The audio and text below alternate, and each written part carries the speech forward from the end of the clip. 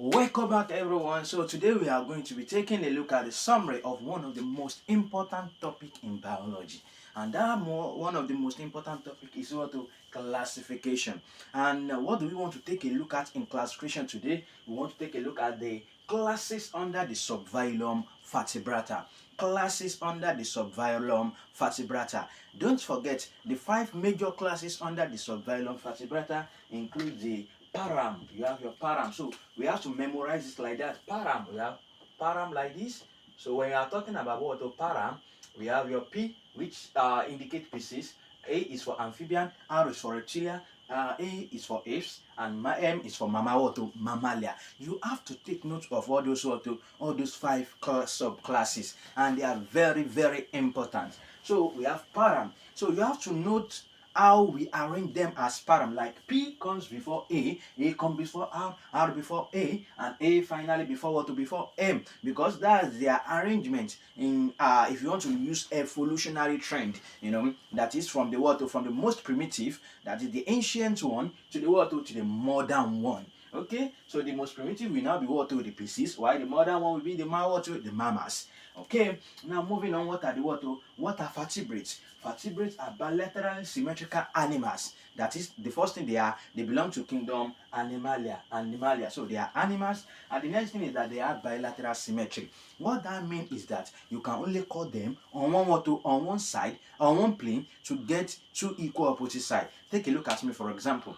I'm a vertebrate, I'm a mammal. So if you want to cut me to get two opposite sides, the only place you can cut it is is like this. You can only cut it here, then this side will equal to this side. That's bilateral symmetry. Other symmetry that we have are radial symmetry and asymmetry. Okay, now radial symmetry, you can cut it at any plane to give you two equal opposite sides. Bilateral, you can only cut it in one plane to give two equal opposite sides. And asymmetry, you can't cut it anywhere to give you two equal sides. Okay, so bilaterally symmetrical animal that possess vertebral column. You can take a look. Vertebral column. This is the most important aspect of vertebrates. They must possess vertebral column, which is also known as backbone. Your backbone. So vertebral column, backbone. So when you are talking about the backbone, you have 33 in human being, or they are grouped. Those 33 are grouped into 5. You have your cervical vertebra and the neck. You have your thoracic, which is at the chest. You have your lumbar, sacral, and the cauda. The cervical are 7 in number, the thoracic are 12 in number, lumbar 5, sacral 5, and cauda is also is 4. Okay, so we have 7, 12, 5, 5, 4. Don't forget 7, 12, 5, 5, 4. Okay, that's the formula for for all those vertebra group of bone forming the vertebral column. Okay, now moving on, what are the other things? We have the presence of cranium. Cranium is also being referred to as the brain the brain box. So that's the part of your skull that houses the brain. We call it the cranium. So at least for now. Okay, moving on, the vertebrae can be subdivided into the following classes. You can see param. We have Pisces, we have Amphibia, Reptilia, Aves, and Mamma. So now we want to talk about 7 major characteristics of these classes, of these classes under the subphylum Vertebrata. Once again, we want to do the summary of the 7 major characteristics of classes under the subphylum Vertebrata. Please don't forget. Okay, now moving on, starting with the first characteristic that we want to talk about, which is the number of chamber ducts. We want to compare the number of chamber ducts possessed by each of these classes. We have the Pisces, they have just 2 chamber ducts. Don't forget, they have 2. That is, if you have their heart like this, if this is their heart, they have 1 chamber up, which is called the atrium.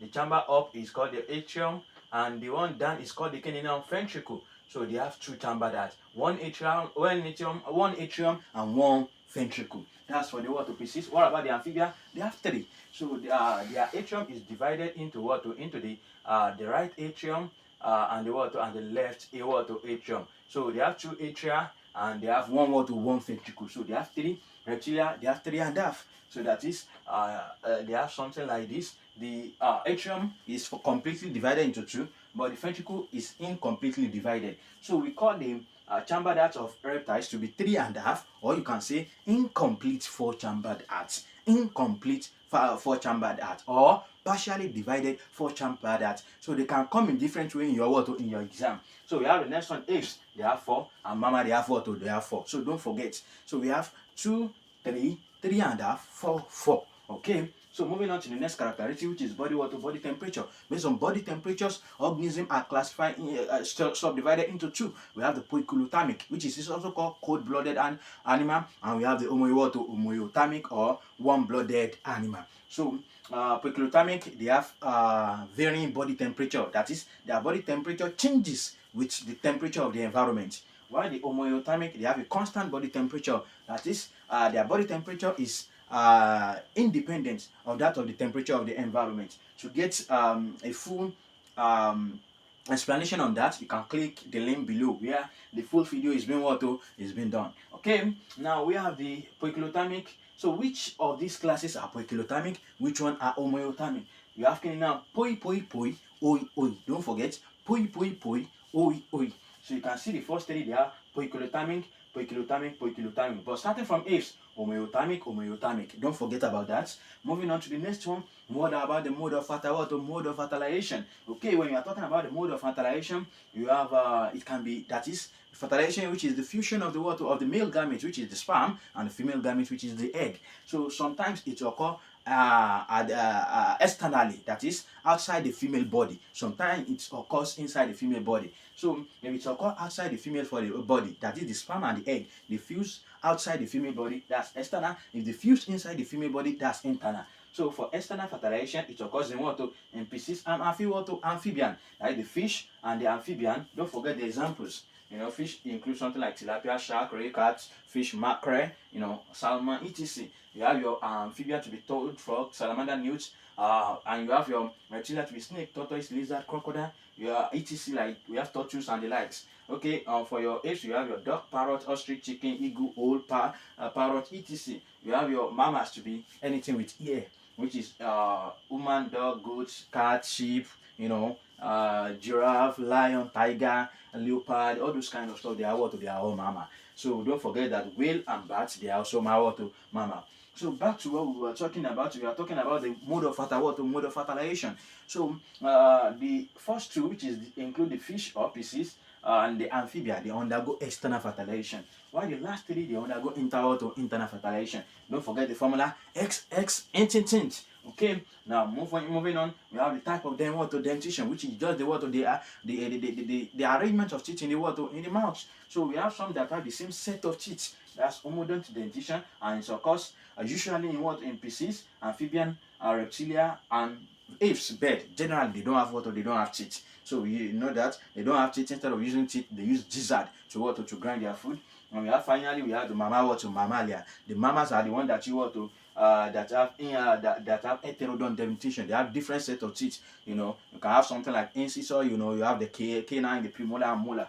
Okay, moving on, we have your mode of reproduction. Organisms are classified into 2: the one that lay egg, and the one that into 3. We have the one that lay egg and the offspring develop outside the body. That's oviparous. We have the ovoviviparous, in which their offspring develop inside egg, but the egg is being kept inside the female body. So that's oviparous. And we have the viviparous, where viviparous is where an organism gives out to young ones alive. That is, the organism, like the offspring, is being nourished by by the mother through the placenta. But in the ovoviviparous, the offspring is being nourished by the egg yolk. Like the offspring is still inside inside an egg. So, okay, now we are moving on. We have the organ of okay. Under the mode of reproduction, these are oviparous.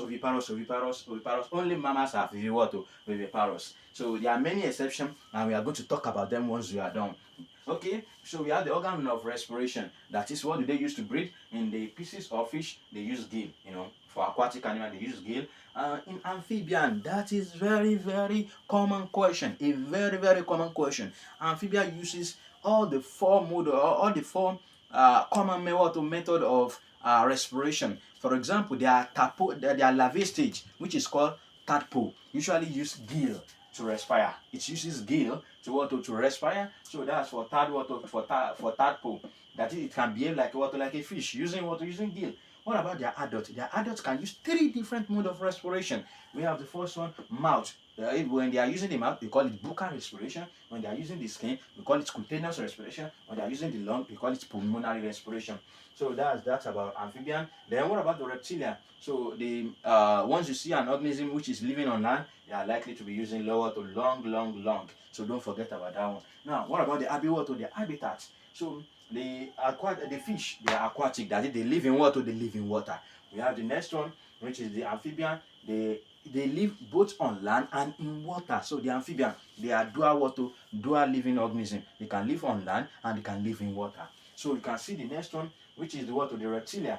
They live on water, on land. They are terrestrial. You can see the bird. The bird can live in 3 different habitats. So we have they can live on water, on land, that's terrestrial. They can live on tree. You know, we have some organism that dwells on water, on tree. That's arborea, and they can also, because they can also fly, we call them water area. So they are their own 3 different habitats. In fact, we still have some like penguin that can live inside water, that enter into water, into the water. Okay, we have the last one, which is mammalia. Don't forget, when we are talking about mammalia, the most important characteristics is mammary gland. A mammal must possess mammary gland that helps in secretion or production of milk. Okay, so mammals, when you see mama, they must have mammary gland, or there are still many other peculiar characteristics that we are still going to talk about in later video. But I want you to take note of ear. Any animal that you see ear on its body, you know it is a mammal. You know, all those animals that you see ear on their body, they are going to be a mammal. So what are examples of mammal? We have the human, we have dog, goats, whale, sheep, lion, and the likes. The one that examiner usually tests is mammal that live inside water, which is something like whale, dolphin. You know, when you're talking about whale is a mammal, is a mammal. It's not a fish. Don't forget. So we call those kind of mammal that live inside water, we call them cetacean. So they are called cetacean. So when you see a mammal living inside water, they are called cetacean. And we have a flying mammal that can fly. A typical example is bat. We call them the chiroptera. So they are chiroptera. So chiropterans. So they can live in water. They can fly. So those are those are flying mammal. So that's the summary of the 7 major characteristics of all the classes under the subphylum Vertebrata. Now let's take a look at the exception under each characteristics. For the first one, which is number of chamber, that normally we have our formula to be 2, 3, 3, and 4, 4. But we have an exception for amphibian. So we have an amphibian, which is like tadpole, which is the larvae of all this amphibian. They are tadpole. Instead of having 3 chambered hearts, it has 2. That's our first exception. Now another one is when we get to reptilia. So instead of having, we have an organism. Instead of having 3 and a reptile. Instead of having 3 and it has 4. That's crocodile. That's our second exception. Now moving away from number of chambered hearts, let us move to mode of fertilization. Normally, fishes should have external fertilization. So, but we have another exception, which is shark, or let me say the cartilaginous fish. Shark, ray, skate, they are cartilaginous fish. They usually undergo internal fertilization instead of external fertilization. So that's our third exception. We have the next one. Okay, we have the under the mode of reproduction. So we have Pisces should be oviparous. The reptiles should also be oviparous. But we have some reptiles we have some fish that are ovoviviparous. We have some fishes that are ovoviviparous, and we have some reptiles like some snakes that are ovoviviparous. Okay. Now after that one, we have we have your organ of respiration. Normally, fish should be using gill to respire, but do you know there's a particular fish that can use lung to respire? And what's the name of that fish? Lungfish. One of the common questions JAMB usually ask about them is that apart from them having lung, they can also aestivate. You know, they reduce their metabolic rate during hot or dry weather in order to survive. Okay, moving on, we have another one. Don't forget all those mammals that can also breathe inside water. Okay, we have abiwater habitat. Based on abiwater habitat, you can see Pisces are usually aquatic habitats. We have the amphibian, which can live in aquatic and terrestrial. We have the reptile, which is usually terrestrial, but we should also have some reptiles that can live inside the water. You know, all these crocodile, even we have some snakes that can live inside water. Okay, and don't forget about birds that have different habitat. So those are the 7 major characteristics of classes under the subphylum Vertebrata. And please let us kindly take note of each and every one of them, as they are very crucial in each of in any exam you are trying to do. Thank you very much, everyone. If you like the video, kindly like, subscribe, and join our tutorial center. Good day.